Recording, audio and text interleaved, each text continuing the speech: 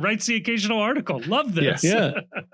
That would actually be a great name for the moose, Redbeard from the Discord. And just like everyone that gets it is like, I don't understand the reference, but okay. I like that Clutch is wearing a Abby Wambach headband, but only on one feather. Is this kind of like the Arthur meme where it's like, why is he wearing the headphones on the side of his head instead of on his ears? It does. It's not on his head, but that is clearly what that is. Yep. Hey, we all sweat differently. I'll take the moose. Love the moose. There we go. Yeah, very excited to get those. Thank you. If you too own a company or work for a company that has any way, shape, or form able to send us free stuff, I'll talk about it on the podcast. Okay. A lot. And also give us stuff to give to children. Yes. This is nice. These aren't for me. There's less than before, but there are plenty of children that we can give stuff to. Right. Not enough, but for some people. Yeah. A perfect amount as far as I'm concerned, but not enough for some people. Right. And depending on how nice the thing you're giving us is, we may do a full episode on it. I don't know. I can't predict these sorts of things. We can be bought. That's all we're noting here is we can be bought. We are in a mid-season off season. So if you send us content, we will have content. And if it's nice enough, we'll stop. Yeah. Oh, yeah. There is a threshold where we're just out. We're done. That's always on the table. Yeah. Okay? If you want to fly us out to pick it up personally, into that if you don't like something we said, we're not in England. You can't just put us in jail. Yeah. But you can buy us off. Yes. Yeah. In the truly American fashion. Set up a Kalshi prediction market that we will quit the podcast as a way to raise money to then quit the podcast. Is that how we can do that? We should set up a GoFundMe where our ultimate stretch goal is we quit the show. So what we have to do, or Kickstarter, sorry, is buy a prediction market at like 40 cents on the dollar that we won't quit the podcast. Okay. And then somebody has to pay us like 55 cents on the dollar to do it. And then they get the spread. Okay. Something like that. Yeah. Okay. So we all win in this little arbitrage situation right there. Or you can just cut us a check. It's a little less work for everybody involved. Yeah. We're we flexible. definitely need to be more of a problem for people. Yeah. Venmo open either way though. Speaking of, I have two dreams for this podcast. For this and every podcast. One, make a lot of money. Okay. Quit my job. Yeah. Not going to happen. Two, be annoying enough that somebody sues you. Oh, yeah. Which probably then leads to number one. Right. Yeah. Become a martyr, a legal martyr, lawfare, a victim of lawfare. Oh, I would love lawfare. Yeah. Guys, I know of a very particular Lego set collection that we could try to get returned.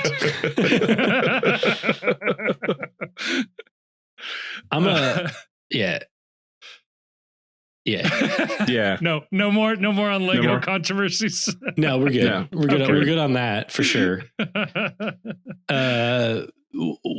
There's no soccer happening. Why are we doing this? Because there's about to be soccer happening. Oh, that's right. When? Where? Why? Speaking of problematic takes that will get people to beg us to shut up, let's talk about the United States men's national team, boys. Oh, man. Wait, is there something going on with the men's national team? I must have missed it because I'm told there's no hype. There's never anything going on with the men's national team. True. No. I don't know. I was at the grocery store earlier and a sign told me to hydrate like Weston McKennie. And I thought, okay. How does he hydrate? With bottles of water that have the cap. Carry water. Bottles of water that have the cap that won't come off completely. It has to stay attached to the bottle at all times. That's how they do it in Italy. Yeah. Apparently coconut water is how Weston McKennie hydrates. I promise you, he's never drank that product. Not like the Tom Brady good nut coconut water. I wouldn't bet that there's any food product Weston McKennie hasn't tried. Oh, that's actually a good point. That take brought to you entirely by U.S. Men's National Team Soccer Twitter. To learn more about these takes, just throw in the hashtag USMNT and look for the most annoying person you can find. By the way, I love Weston McKennie. Like, I think, yes, I am probably personally higher on Weston McKennie than Weston McKennie. Is Weston McKennie the fan favorite of this team? I will say this, of all the Euro-based players that the U.S. men's national team has, I think Weston McKennie, I think it's neck and neck between Weston and Jedi Robinson as the two players I find the least insufferable of the East Coast contingent of U.S. men's national team players. That's probably true. Although they're also the as to Jedi Robinson, it's like East Coast of what? But with Weston, like, I know this isn't like on our docket or whatever, but I think Weston can play on any team in the world. He's kind of proved that. Yeah, I think Weston has so many different skills, and he's such like a gamer that any team and I know that like he's been in like Juve for forever, and every manager has been like, we got to get him out of here. I hate him. Player. I hate him. He's the worst player I've ever seen. We have to make him go. I think any team in the entire world would find him to be a useful player. I think he's probably the only guy in our entire setup that you could say that about. I'll go a step further than that. I think that every player, every team in the world would be improved by Weston McKennie being on the roster, and that they would constantly be looking for a reason to get rid of him and never find it. And that no matter how good or how bad the team is, like if Weston right now went to Arsenal, Weston McKennie would be viewed as the 11th best starter on the group of 11, and they would constantly be looking for a reason to get rid of Weston, and he would constantly start.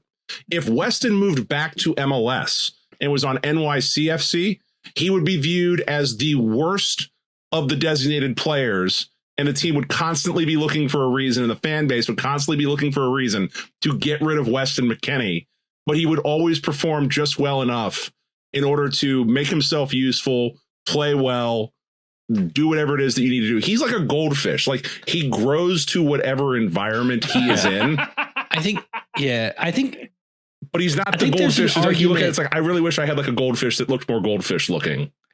There's an argument that Weston is like the most useful player in the world. Ooh, I'll buy that. He can certainly play every position.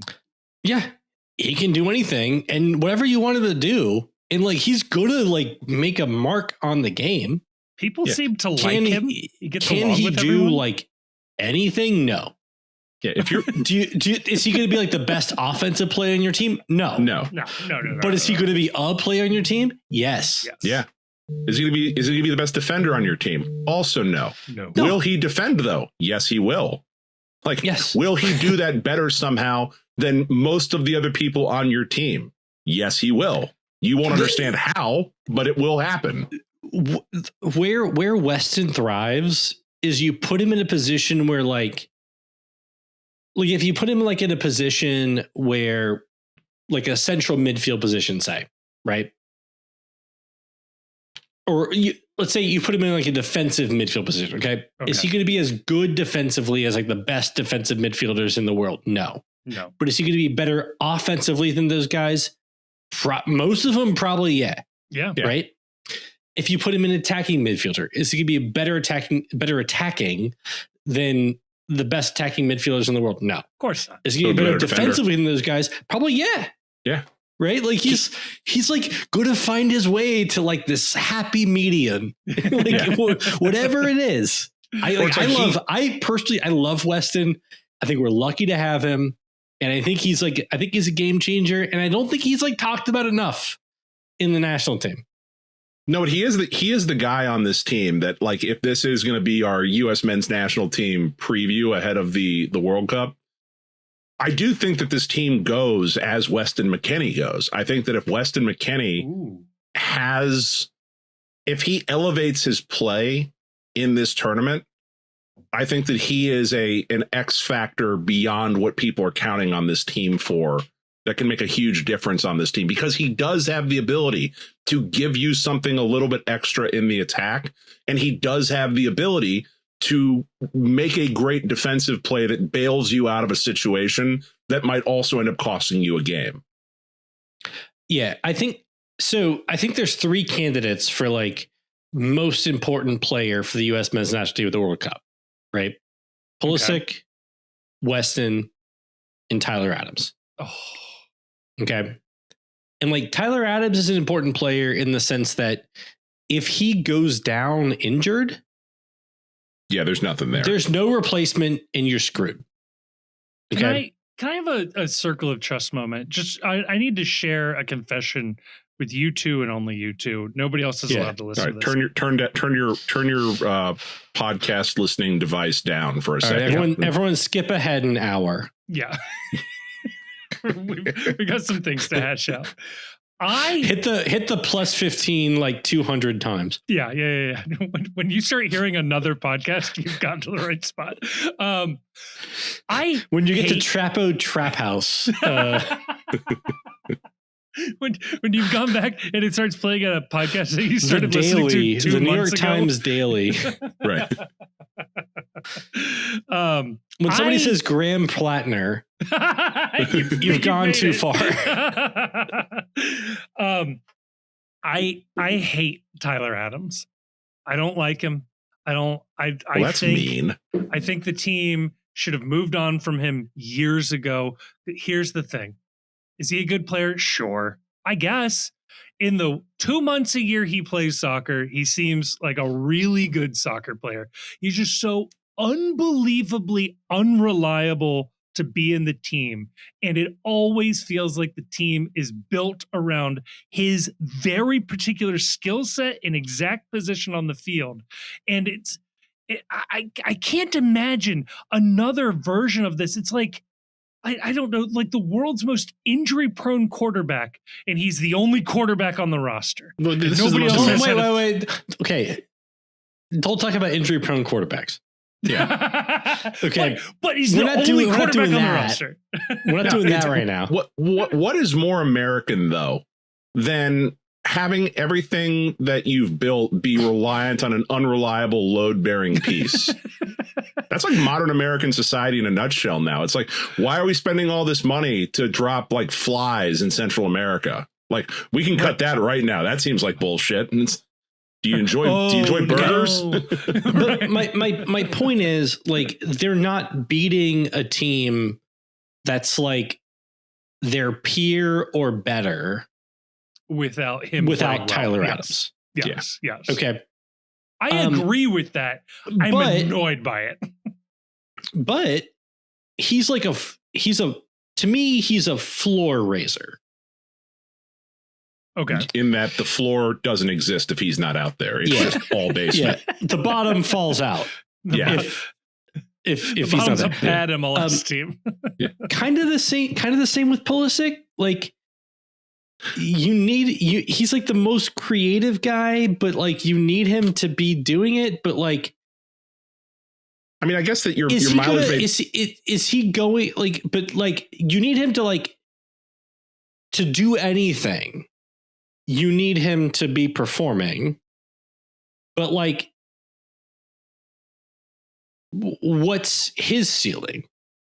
Yeah, right? I don't agree with that though, because like for all the talk about Christian Pulisic and the need for like him to become, or the hope that has been riding on Christian Pulisic's shoulders for the past 8 years.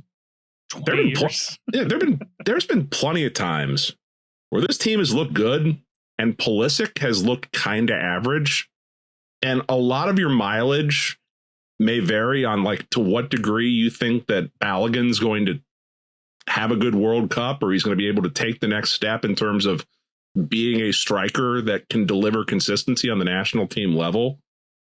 I think I think the part of the problem is that I think that this team, there's a lot of guys on this team that you can look and think you can get a goal out of these players. Like there's a lot of guys that have the ability to do that. I think that if there's one thing that's going into this team for the World Cup, it's that the margin for error for this team is a lot thinner on the back end currently with the way this roster is set up than it is going forward. There's a lot of guys out there that can get you that first goal and a second goal. I think the worry for me is keeping another team under 2 goals. And part of that is relying a lot on Tyler Adams and not having, a competent backup for that. The other part of that is the health of Richards on the back line and whether or not they're going to need to get significant minutes out of Miles Adams or Miles Robinson in this World Cup. I just think that like looking at this team, I don't really have a great sense of what to expect, but I think this team is going to go as far as its defense allows it to go. And I think part of the reason that's why I find myself so attracted in terms of like, where is the center of gravity on this team? It's with Weston McKennie. Like, can he help the defense enough to keep this team in games while the offense does what I think the offense is going to do? Well, that's part of why I think Weston McKennie is the most important player on the team. Yeah. Because Weston can improve the team in more areas than any other player on the team can improve the team. Like he's probably the most like dynamic player on the team as far as like variety of skill set. And, we can talk about knockout scenarios, but if the team does beat like a better team, I guarantee you Weston had an incredible game. Yeah, that's a good way to think about it. Let me ask you guys this. How do we feel about goalkeeper? Is it toss up? You don't care, or I don't. Yeah, I think it's a toss up in the group. I don't think none. I think it's the weakest goalkeeper group we've had in like ever since I've been alive. Is it the weakest position group on this roster as well? Yeah. Yeah. That feels right. Yeah, because the top, like there's weaker position groups in terms of like, wow, that once you get beyond the starters, you start to worry. Yeah. But you don't have a starter, I don't think, that you feel comfortable with in the goalkeeping room. Yeah, there's not a starting goalkeeper that is as good at their position as like a starter at any other group. Yeah. And I do think it was a mistake. And I know this is part of where, I'll take the hit if you're going to call it an FC Cincinnati homer thing. I do think that the priority for goalkeeping should have been shot stopping, given the way the defense looks like it's going to be. And I do think that at some point you're going to wish that one of these goalkeepers on the roster, whoever ends up playing, had some shot stopping capabilities like a Roman Celentano of that level. You know who agrees with you is like freaking Brad Friedel, who might know something about goalkeeping. And it seems like the former national team coaches might agree with you, where like it seems like the thought among like Brad Friedel and the former national team coaches is that there's like not enough emphasis just on like stopping shots. Yeah, keep the ball out of the net. Goalkeeper. And I think that that's like not I understand the value. Like I watch World Soccer or whatever, right? Like I understand the value of a keeper who can like play with the ball, build out of the back, be part of the offense, like pass and all that stuff. Yeah. But like it's only very valuable, in my opinion, if you get to like a certain level. Right. And then like once you get below that level, passing ability is basically worth nothing. And you only have to worry about shot stopping. Yeah. And with the United States men's national team, in any of the games that matter in this World Cup, You want a goalkeeper who can stop shots, period. Yeah. Because you're going to be a dog. Right. Like, in order to accomplish what you want in this World Cup, you're going to have to beat someone as a heavy dog. Like, okay, you're going to have to get Was Tim Howard good at playing with the ball? Yeah. Was he better at that than Roma Celentano? Yeah. Was he playing with the ball against Belgium when the U.S. took him to overtime? No, he was blocking shots. Standing on his head, feet in the air. And I think that's is maybe Chris Brady is better with the ball at his feet than Roma Celentano. I don't know. I'll assume that's true. Is Chris Brady better at blocking a ton of shots than Roman Celentano is? I don't think so. And we saw them play each other pretty recently, and he wasn't. Right. Right. Like, I don't know what to tell you. Like, yeah. Speaking of those former U.S. men's national team managers, they all said they'd rather have Matt Turner in goal than Matt Freese. I agree with them. I would rather have Matt Turner too. Matt Turner's what? He's 33 years old. He's the oldest guy in the group. Like, you're going to want it's form based at this point. Matt Turner's in better form than Matt Freese. He's in better form. He's in better form. And if you're going to have to win a game that you're not supposed to win, do you want a 22-year-old out there, or do you want a guy that's been around for a minute Matt Freese, there? Yeah. And Matt Freese Matt Turner has already been the starter in a World Cup. Yeah. He's got that experience. Has Matt Freese in the last 2 years looked way better at times than Matt Turner? Yes. Am I confident that Matt Freese on June 12th, 2026 is so much better than Matt Turner that we can ignore Turner's experience? No, I don't think so. I think you got to go throwing in the fact that Freese came off with a tweak or whatever. Yeah. Turner's the guy. I've never been a Matt Turner guy. I am now. But I'm still not a Matt Turner guy, but best of what's around now. He's looking around at the room. Yeah.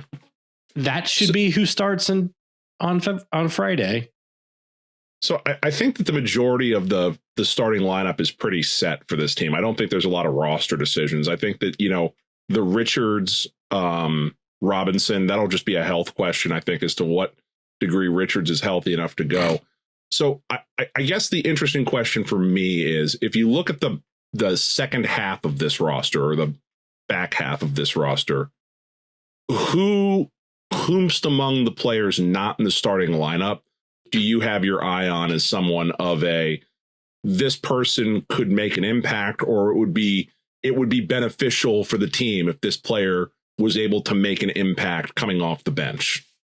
It is so funny, but the answer is, I think, undoubtedly the two legacy picks in Sebastian Berhalter and Gio Reyna. That I think this team is better when they're on the field. Certainly Reyna as a super sub, I don't mind that role for him at all. But I think Berhalter is so dynamic in midfield and offers so much more than Tillman that I'd rather see him out there. I hate to say it, but I think Kevin's right. Hey, well, not just you being right, but those two guys. Oh, okay. They're guys where it's what they might give you is so much more interesting than what you would imagine the alternatives might give you. Yeah. Right. And it'll be interesting. Cause look at somebody like Haji Wright. Okay. If he comes in a game, it's very possible he comes in a game and scores a game-winning goal. Yeah. Okay. That is going to depend on what other players deliver to him. Yeah. And that's no knock on Haji Wright, but Haji Wright's not going to come in and change a game. He's going to come in and like give you something to target. Yeah. He's the finishing touch on a whole host of things. I don't think Aronson is going to come into a game and like win it for you. No. I would only put Aronson in a game if you're winning or like you're tied and you need to preserve the tie. Right. Which is why that's my pick right there, is that like, I think that what you're looking for with this team is that if this team is going to advance and win some knockout games, they're going to do that because the starters, the front line, stakes this team out to a lead or stakes this team to, a draw where they can get the game through to extra time into penalties. And for that reason, you're looking at guys that can shore up the shakiest position group on this team, and that's the back line. And so, yeah, I am looking at like somebody like a Brandon Aronson or a Joe Scally as being the person who, okay, who are the players they can call on to hold a lead, or players they can call on to grind a result out in a 0-0 1-1 scenario and get it to PKs. So I don't have a lot of worry that there's going to be guys out there they can bring on to score goals or be dynamic, whether that's Berhalter or Pepe or whomever. Yeah. But like, it's going to come down to whether or not that when Pochettino is looking down the bench and he needs someone to see a result out, who are the guys they're bringing in order to do that? And that's been an Achilles heel for this team historically. I don't know if it's going to change this go around, but if they're going to do something, they're going to need to be able to do something with that part of the bench. Yeah. So I think that's reasonable. Yeah, for sure. I think that's fair. Yeah. So let me ask you guys this. We'll get to group predictions here, the back half of the show. So, and we'll talk about the U.S. then. So let's talk about Paraguay specifically. 9 p.m. Eastern. This is in L.A. A 9 p.m. kick, a 3 p.m. kick, and a 10 p.m. kick. You're on the East Coast. This is not a fun not a fun set of kickoff times for everybody. Weird scheduling. But FIFA rank number 16 for the United States, number 40 for Paraguay. Leading the line is likely to be Miguel Almiron, and also in midfield, Vancouver Whitecap Andreas Cubas on there as well. Oh my God, I totally forgot to mention, and I feel like we don't talk about this enough as a nation. I'm so glad you brought him up. Haji Wright, Grayson, has 2 appearances for the New York Cosmos. Never dies. There's New York Cosmos representation at the World Cup. Who'd have thunk it? Okay. There must always be a Stark in Winterfell. There must always be a New York Cosmos alum. Yeah. What are our predictions for this game? What do we think? What do we think happens in this one? The United States did play Paraguay November, I want to say, November 15th, beat them 2-1 in a friendly at Subaru Park in Philadelphia. I think the U.S. wins 3-0. Ooh. The U.S. keeps a clean sheet. That would be huge. That would be bigger, arguably, than anything else. I mean, there's nothing bigger than getting 3 points, but like keeping a clean sheet, first round of the World Cup. Like a win almost guarantees you through, right? Isn't that like how this kind of works out? Because half of the 2/3. Sorry, we already said this. 2/3 of the third place teams go through. So yes, if you get 3 points, you're probably good to go. Probably in good shape. Get destroyed in the other games and ruin your goal difference. Yeah, right. I tend to agree with Grayson. I think they win. I think it's 2-1. I think it's a little more of a nail biter. But if they don't win this game, you're not out of it because of the third place thing, but you're in trouble then at that point, I think, in group. Yeah. Turkey and Australia are the other 2 groups, or other 2 teams in the group. Those games are Friday, June 19th against Australia and Thursday, June 25th against You should Turkey. if you're the Americans, you should feel good about being able to get a result out of Australia I would not want to be in a situation where I need to get a result out of Turkey. Yeah, where you have to get something. Where you have to get a result. I would not have warm and fuzzy feelings if I was a player on the national team going into that game needing points. Yeah. Again, like Turkey. Turkey's weird because they have players who are better than our players, but they have a lot of players who are worse than our players. Right. So it just depends on like kind of how the game goes, which is true very of all games. True of all games. But they're a sort of perennial underperformer of their relative talent level. Whereas I think historically it would be fair to say the United States is a overperformer relative to their talent level. Yeah, but like Turkey has like Turkey performing to their talent level would be worse than us because they have like a couple of players who are like better than anyone we have, but most of their team is worse than our team. Right. So like we could win the group. I don't really expect us to because I don't know. I kind of think that Turkey's game changers are gonna. We can talk about this later. Yeah. And the relative strength of the group is much closer parity wise than a lot of the other groups, which I think is interesting. So there we go. I will predict just to round us out 2-0 for the United States against Paraguay, and we're off to the races. So speaking of the groups, though, we keep teasing it. Let's do it. Let's jump on over to part 2. We'll run through our predictions for the top 2 finishers of all of the groups, and maybe we give our semifinals and finals as well. Let's do that in part 2.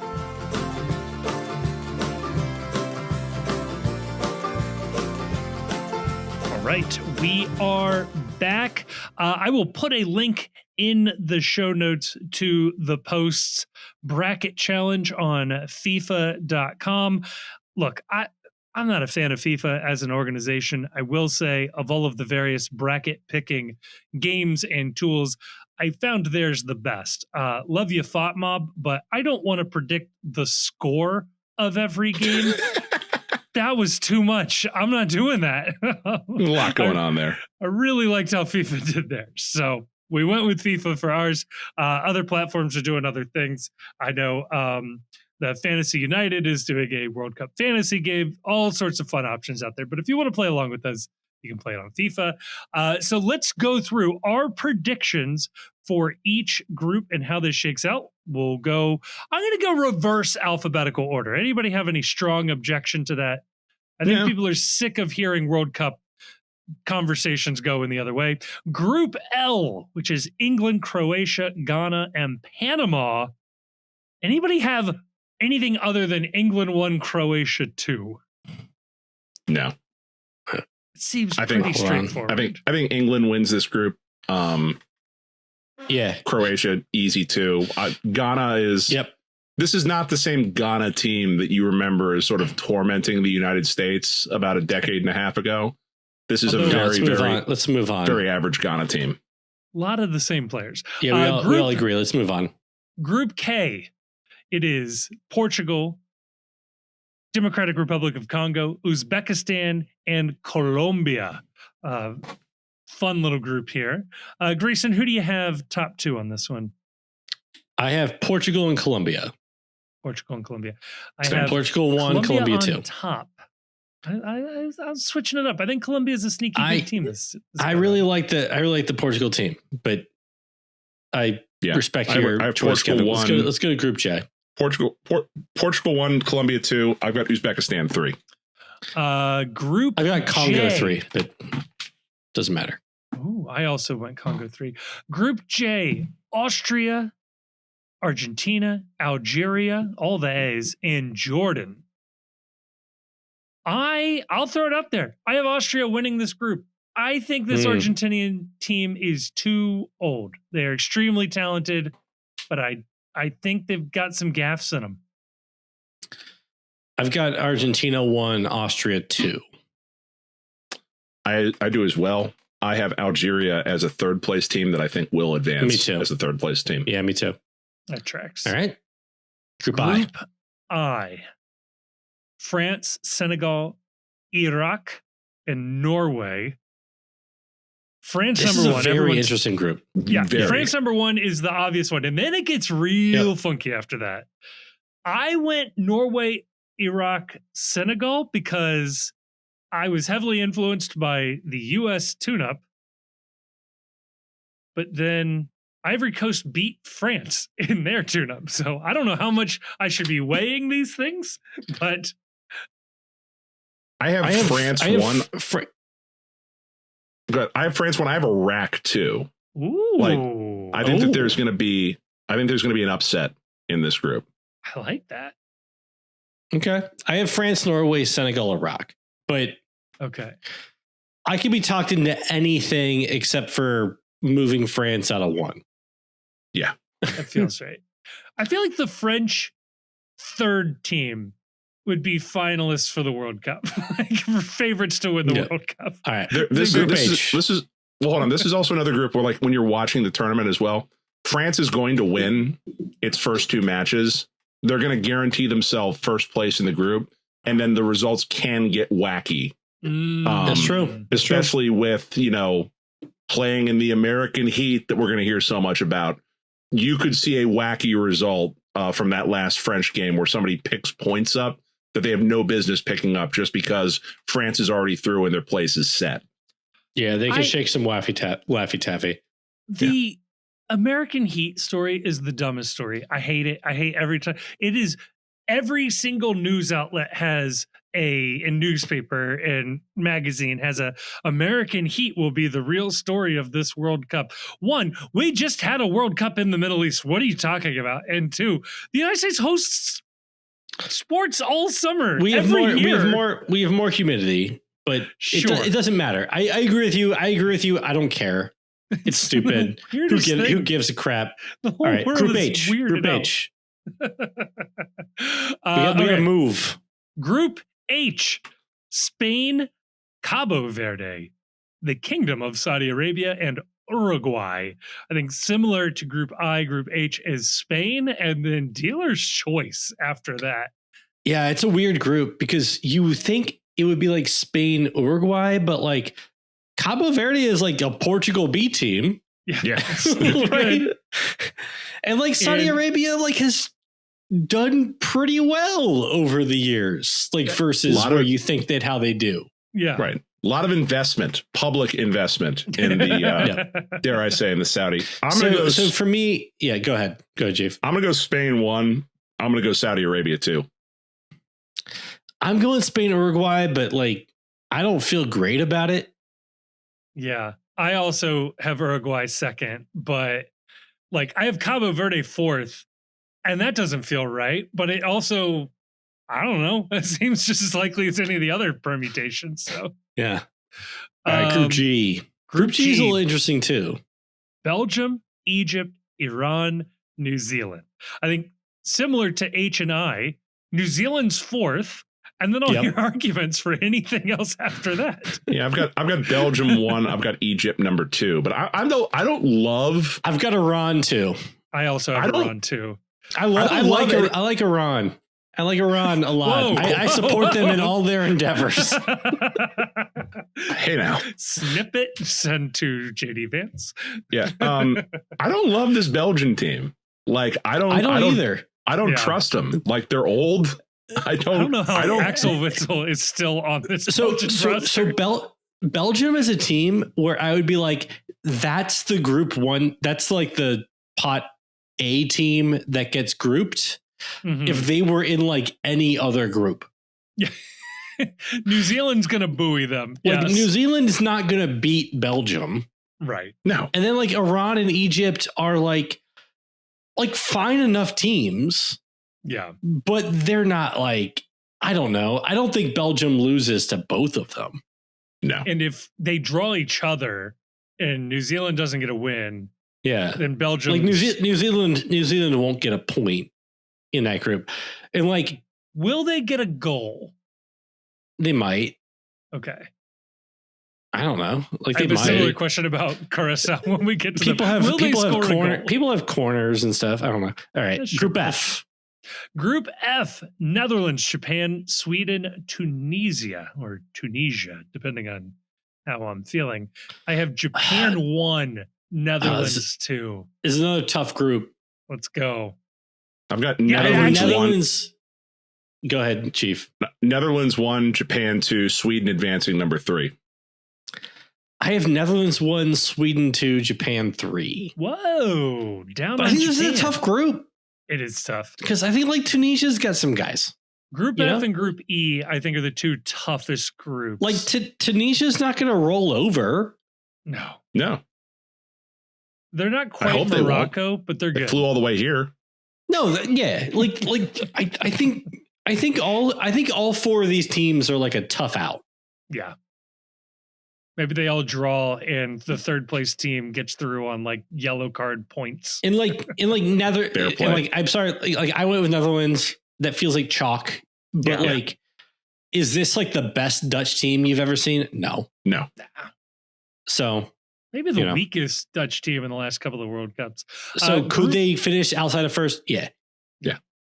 Group E, Germany, Curacao, Ivory Coast, and Ecuador. Côte d'Ivoire.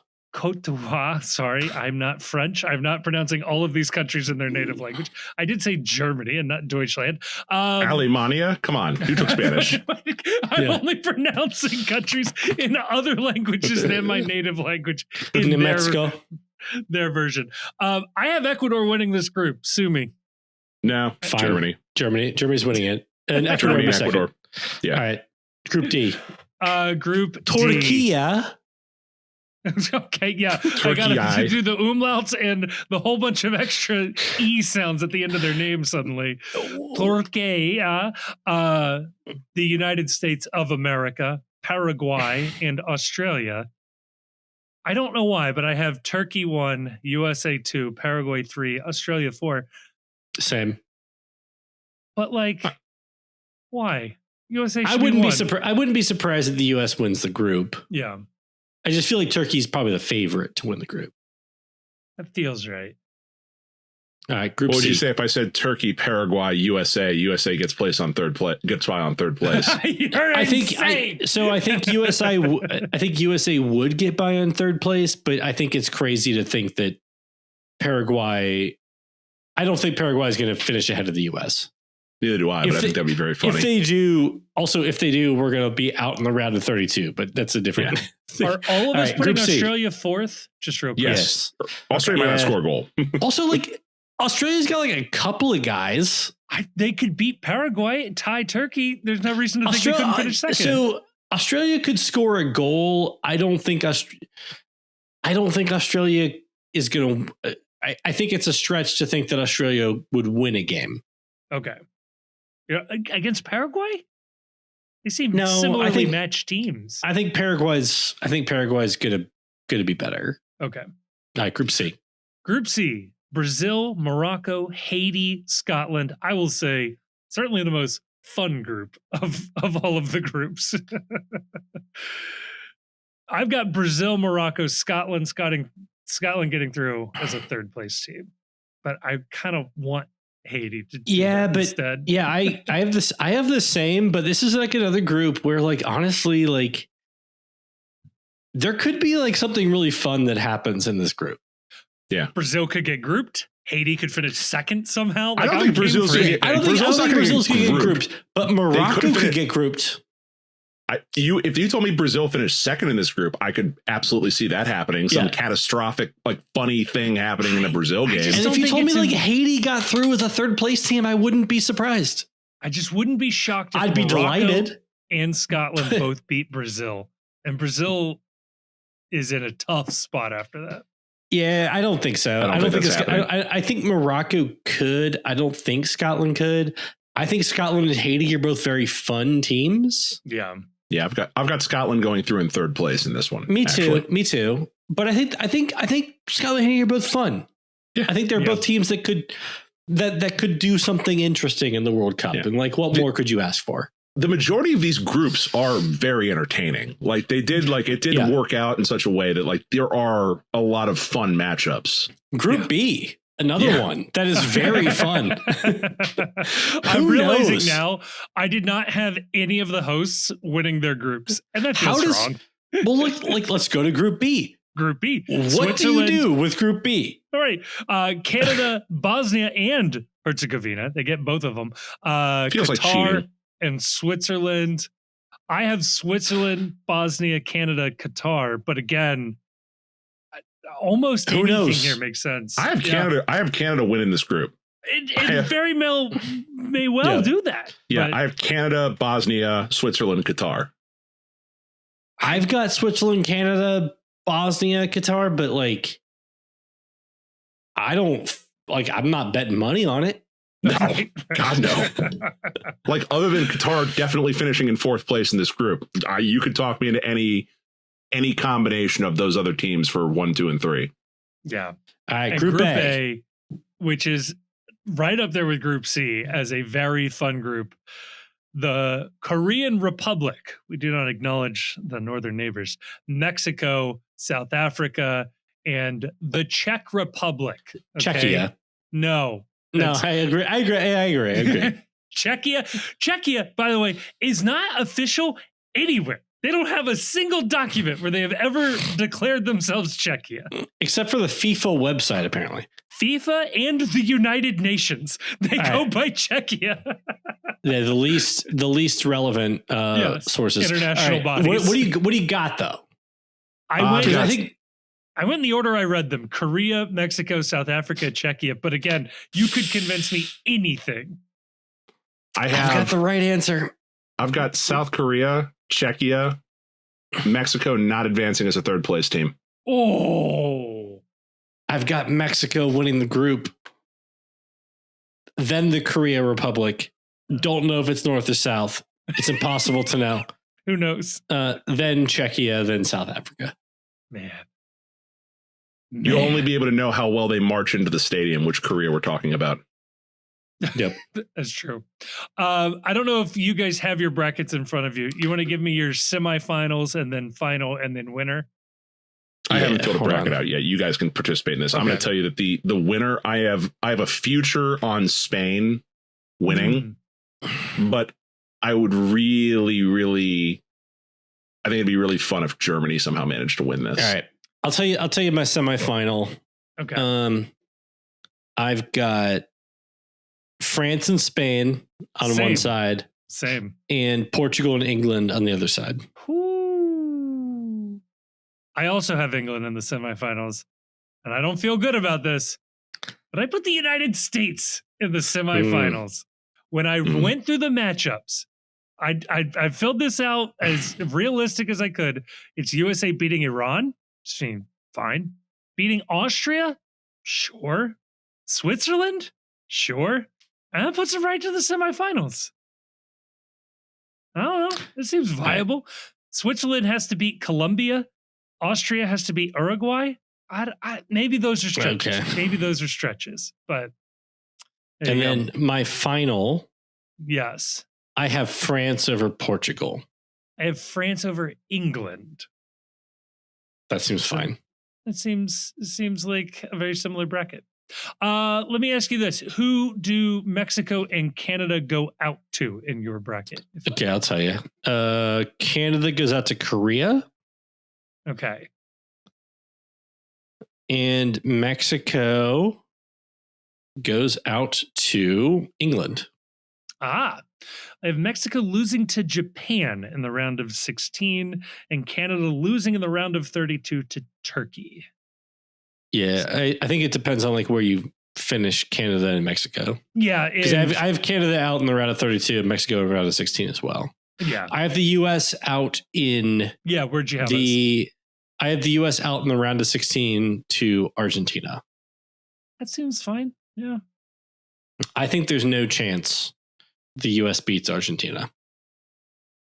If Argentina... Reverse curse, I love that. I've seen this movie before. I will say I would love it to be a reverse curse. Yes. if Argentina is gotten to that point in the tournament, I think they are firing on all cylinders. I think they have France 2010 energy that they could flame out in spectacular fashion early on. I think Argentina could flame out. I just feel like if we play them, they will beat us. Yeah. Regardless of what else they do. Even though we've got two MLS center backs that have many reps playing Messi and Rodrigo de Paul and all the others. Ream and Miles Robinson, baby. Start them against Argentina. Nothing bad can happen. Yeah. I think that the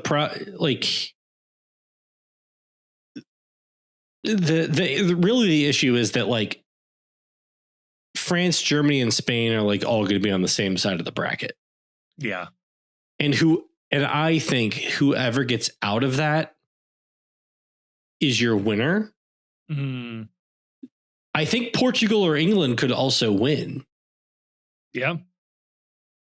Especially if Gareth Southgate was still managing. I looked at the English team today. They got some dudes. It feels like fucking stacked. Yeah, they got some dudes. It feels really good, but like it always feels really good. It always feels really good. But also like these other teams are also stacked. Yeah. Yeah. So I don't know what to tell you. It's a funny thing that expanding the field, I don't know why this happens. Maybe it's the structure of how all the different confederations do qualifying. Expanding the field never brings in more good teams. It always seems to bring in more bad teams. So the only thing that I have to say about this is that I've had like all the negative thoughts and all the complaints and all that stuff about the World Cup. Looking like going through the groups, doing the bracket, all that stuff. It only makes me think this tournament is going to be so fun. Yeah. There's a lot of possibility for wacky results. And in the group stages, especially, I think there's a potential for some really, really fun games. The way that the bracket lays out, the knockouts after that first round of 32 should be fantastic. Yeah. Yeah. How do we feel about the format with the third place teams? Well, it's what you have to do. It's fine. Yeah. The knockout rounds are going to be super fun. There's going to be some dogs. There's going to be some dogs in the round of 32. Once you get to the round of 16, it's like the normal World Cup starts. Every game is going to be must watch. Yeah. And I love the idea too with this expanded single elimination. It does bring a little bit more by pushing all these third place teams through. It is going to have a little bit more of the NCAA March Madness vibe to it, where you could see a truly wacky result happen because it's a knockout game being played once. You get a team in there that's a heavy dog and they grind someone to PKs and make it a coin flip. You could see a really, really heavy favorite get knocked out in that round of 32. Also, what if somebody like Belgium gets like loses their first game, right? Yeah. And then they squeak through as a third place team, end up in the round of 32 against another like top team, and they beat them. You know, like those are fun outcomes. Yeah. Like that's fun. And the World Cup is not a league, right? We're not like, we need to observe the period. No, we like to have it's a single for the most part, a single elimination knockout tournament. And we want to see a little bit of chaos. And I think that having third place teams go through, it increases the margin of the margin of error for top teams a little bit in the group stage. Mm-hmm. And then it increases the possibility of a team that had like a poor group stage who's like pretty good having like a fun matchup in the round of 32 and knocking a favorite out early. I think that's pretty cool. I think that the takeaway from this tournament at the end of it is going to be this tournament will be better if it was all single elimination, because it is going to be electric. And I think we're going to come out of this and you're going to say, why'd we wait? If all these third place teams get through anyway, what did we waste time playing group stage games for? Like, get to the stuff that's good with the drama and the high pressure. So, last question, and then we'll wrap it up. What is success for the United States men's national team? What round would you say successful tournament? Is it quarterfinals? Is it semifinals? 16. Winning a knockout match is a good tournament. You're on your home soil. You need to make it to the you need to make it to the eights. You need to make it to the semis or the quarters. The quarters. I always get that backwards. But like with the way the format is now, like I'm not interested in yet another situation where you make it out of group and then lose your first real knockout game. Like the step forward on your home country needs to be making it. We're in America. You need to make it to the Elite Eight. That's what we're calling it now. I love it. Kevin, anything else for the people before we get them out of here? Get started enjoying the World Cup for everybody. These little guys are adorable. Nice. Release the tapes, baby.